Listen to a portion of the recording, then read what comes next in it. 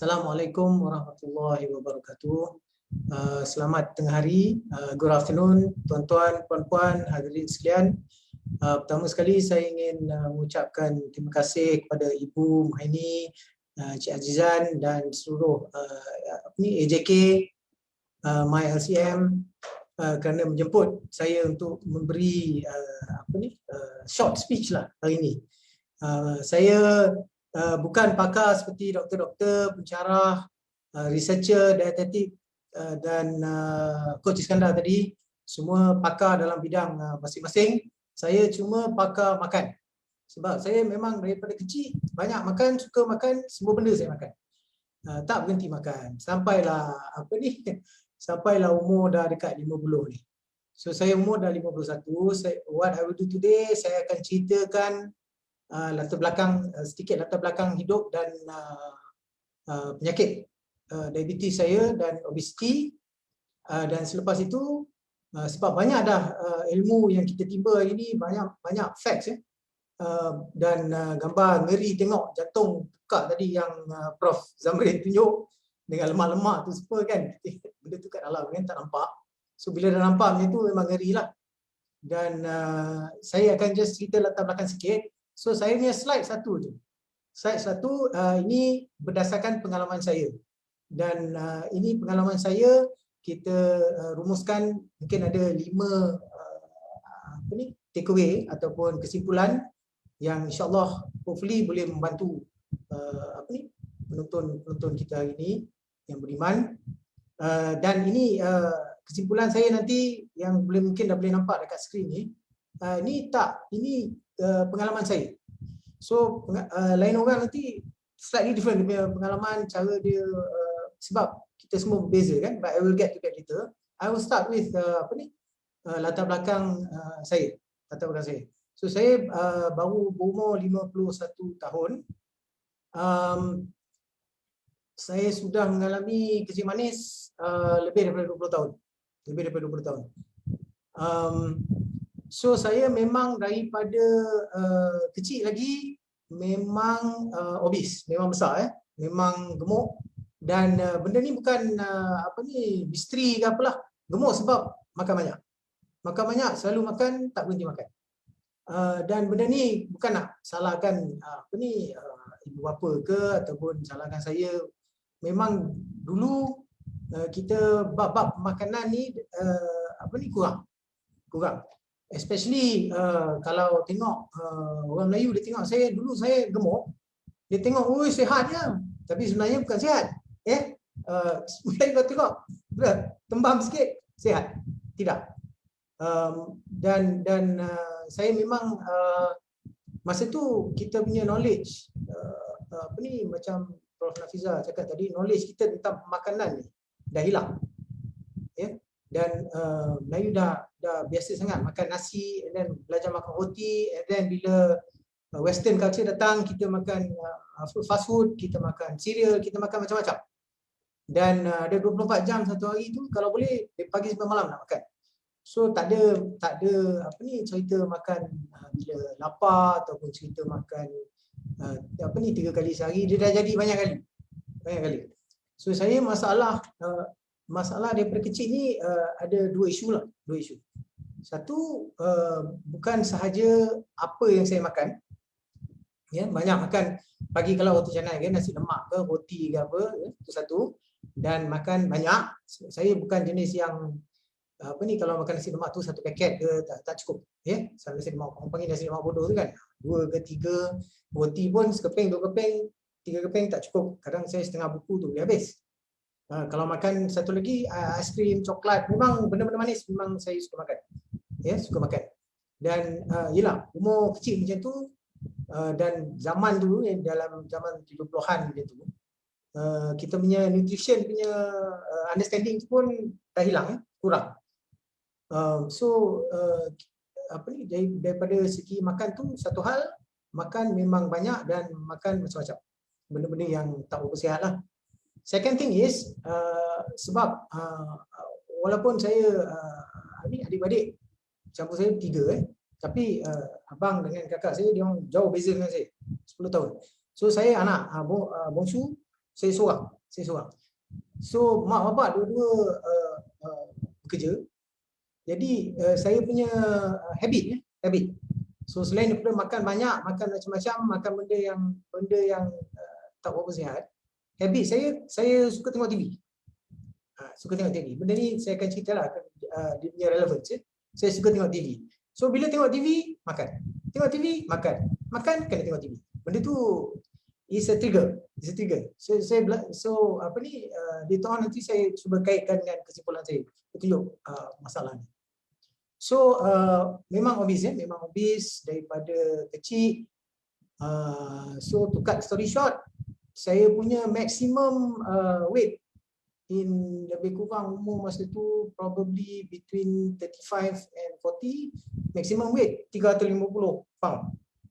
That was the maximum weight. And also saya ingat lebih kurang 20 tahun lebih sikit lah lepas. 20 tahun lebih saya dapat diagnosis kata diabetik. Diabetik. Sebab masa tu kita buat test sebab nak apply visa. So saya memang tak tahu. So doktor tak bagi balik. Doktor simpan dia habis, patient dah habis semua, baru dia panggil, dia kata, do you know you are diabetic? Saya kata tak tahu lah, wallahu alam. Tak tahu. So dia kata you are diabetic, you have to be careful. If you don't take care of yourself, you will tak lama lah, dia kata, you die soon. Tapi alhamdulillah saya ada lagi lah, dia dah tak ada. So semenjak daripada itu, sebenarnya saya family history yang apa yang Prof Zamrin kata tadi tak boleh ubah. Family history saya memang especially sebelah ibu saya memang diabetes ni rampant. Memang I think almost semua adik-beradik arwah ibu saya memang diabetik. And macam Prof Zamrin kata, benda yang tak boleh ubah lah. But it's good to know. And it's good to realize that kalau you punya family history diabetes ni tinggi, you kena lebih berjaga-jaga lah. You kena lebih berjaga-jaga because you memang more susceptible, mungkin lagi cepat, lagi teruk. Sebab diabetes ni dia bukan penyakit, dia bukan macam racun. Kalau you makan racun tikus, dan tu juga. Diabetes ni orang panggil chronic disease, insidious. Dia over time. Sebab benda yang menyebabkan type 2 diabetes ni ialah pemakanan. Makan ni memang sedap, memang syok, memang best. So kita akan teruskan cara pemakanan yang tak sihat ni sebab sedap. Sebab sedap.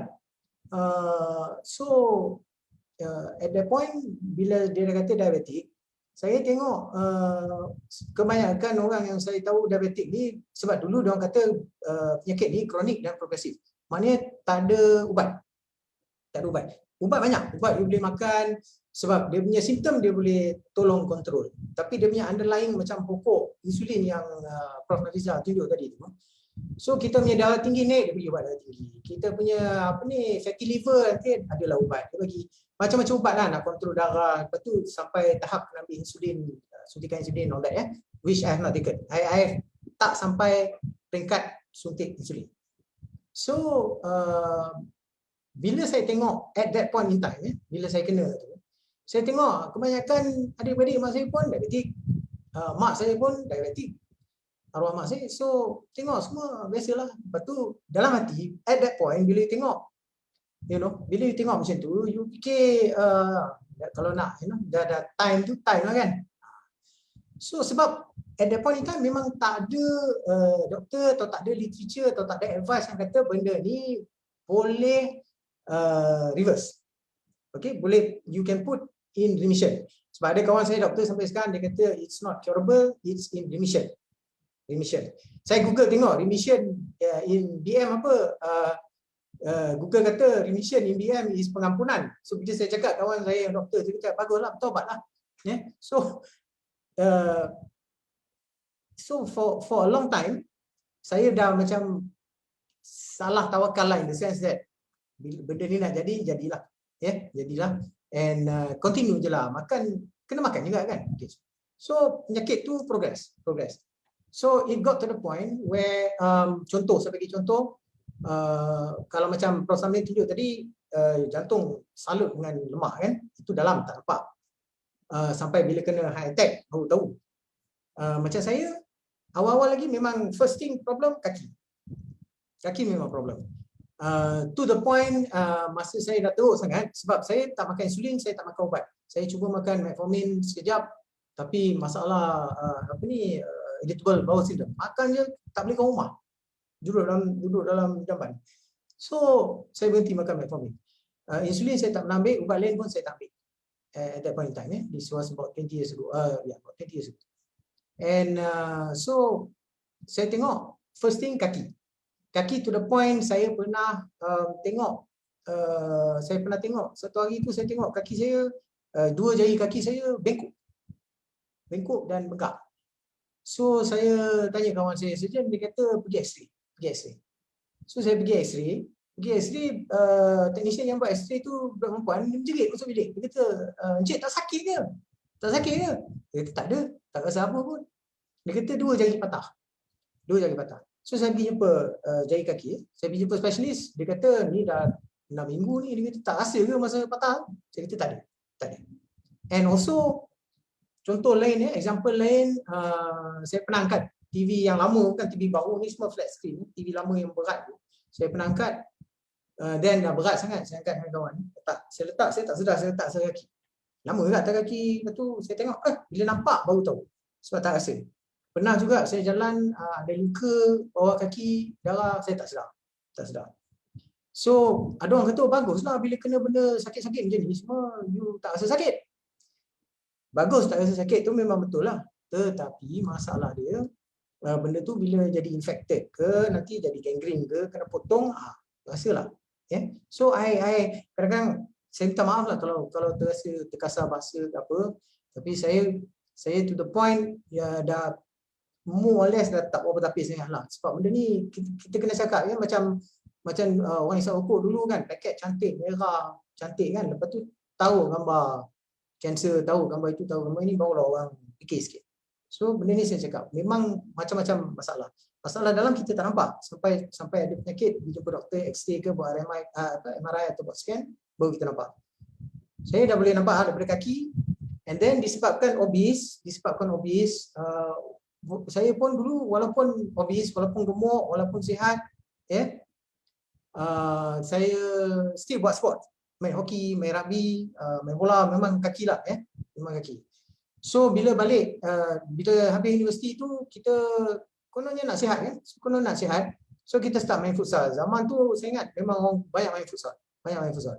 So bila main futsal sebab pandang besar kan, nak juga main, saya curi ayam lah, duduk panggul, main futsal 10 minit, lepas tu 2 jam duduk kedai mamak, sebab dah exercise 10 minit, 2 jam duduk kedai mamak, makan nasi. So this went on for a long time. Sebab saya kata diabetes, macam mana kan, takkan berhenti makan. So terus dengan perangai macam itulah, So at the end of the day, what happened was, saya tengok, as I said, adik-beradik mak saya memang semua diabetik. Saya kata this is rezeki lah, kita tawakal. Tapi tawakal tak betul lah, sebab tak ada usaha. Sebab masa tu kita ingat, kalau kita tak usaha, sebab tak ada benda yang nak diusahakan. You sama ada you makan ubat, some point you inject insulin, etc. At the same time, disebabkan obesity memang daripada kecil, lepas tu konon-konon nak main futsal lah, macam-macam, lutut semua memang hancur. Lutut, ankle, semua hancur. Kaki dah tak boleh rasa apa. All the way up, memang tak boleh rasa apa.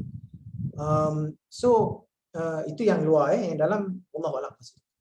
So, disebabkan all these things, saya punya, badan pun dah masa tu, yelah 350 pound dah memang that's it lah, that's it. Dia turun lah 10 pound. Kadang bila saya nak diet, jangan fikir saya daripada kecil, walaupun lagi betul sihat, saya memang tak nak obese, tak nak gemuk. Tiap kali saya bila dah teenager, dah umur dah 20 lebih, sebelum saya pergi belajar di universiti semua kan, lepas SPM ada cuti panjang, saya diet. Masa tu saya sedih lah, tak tahu pasal Atkins. Saya tak tahu pasal Atkins. Kalau tahu pun Ada kawan saya seorang dulu dia buat Atkins, kita orang gelakkan dia. Makan protein dia, makan ayam kan. Kita gelakkan dia. Masa tu memang tak ada knowledge, internet pun tak ada. Ya, handphone pun tak ada. So knowledge tak ada. So and at that time Atkins was seen as a quack. Dia tak betul ni.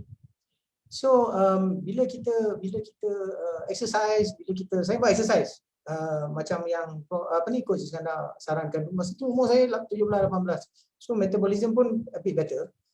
Buat exercise, diet saya makan roti brown bread, wholemeal bread masa tu, dengan contoh makan sup ayam. So bila makan benda tu control lah, sebab conventional advice masa tu, exercise, eat less, exercise, and what you eat also you eat less. So makan sup ayam dengan roti, and then exercise macam orang gila, 3 kali sehari exercise. Umur 17-18 masa tu, okey lah.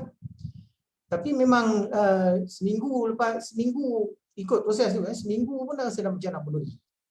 Sebab roti brown tu dengan sup ayam, tak appetizing langsung, tapi cuba fail lah. So mungkin short term badan turun, lepas tu melambung balik, turun melambung. Anyway, so bila kita saya dah lalu through all these things, so dah diabetic, dah banyak problem dengan kaki, dengan mata, and all that. Tahun 2014 internet pun dah okey, internet dah okey, banyak information online. 2014 saya ada jumpa satu group online based in UK, group online, banyak member, dan masa tu group tu kebanyakannya layman lah, bukan doktor, bukan dietitian kan. Dalam tu ada tak silap saya masa tu daripada beribu-ribu ahli, 3 orang yang doktor, 3 menyorok. Takut sebab masa tu dietary advice doktor, memang association doktor semua memang diorang tak berapa percaya dengan benda ni, belum take off lagi, semua underground. So 3 orang doktor dalam tu, and 2 orang very quiet. Seorang tu occasionally dia buka mulut, tapi very very rare sebab dia tengah buat study macam tu. So jumpa group tu, saya tengok kalau tengok saintis dia panggil anecdotal lah, ni cerita, tak ada data, tak ada study, tak ada publication apa semua. So bila kita tengok anecdotal, cerita orang cerita, orang daripada US, orang daripada UK, orang daripada Europe, cerita kata boleh control. Dia kata boleh control. So dia kata bukan saja boleh control, boleh reverse. And so saya belajar dari situ lah. Saya belajar dari situ, belajar dari internet. And then sebelum saya start look up saya 2014 sebelum saya start, saya pergi hospital ITM, saya jumpa Prof. Nafizah. So basically start 2014, saya buat semua test dulu sebelum saya mulakan. So saya tahu masa tu saya fatty liver lah, high BP lah, memang diabetik dah 20 tahun lah. Gula saya dulu on average 20 lebih. So anyway, lepas buat 2014 tu saya start. For a long period of time I was not diabetic. Sebelum pergi hospital, dia orang ambil darah dan saya kata saya diabetik. Dia ambil darah, dia kata tak. Okay.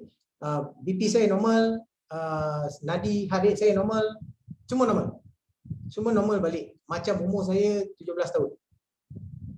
Okay, macam orang muda lah.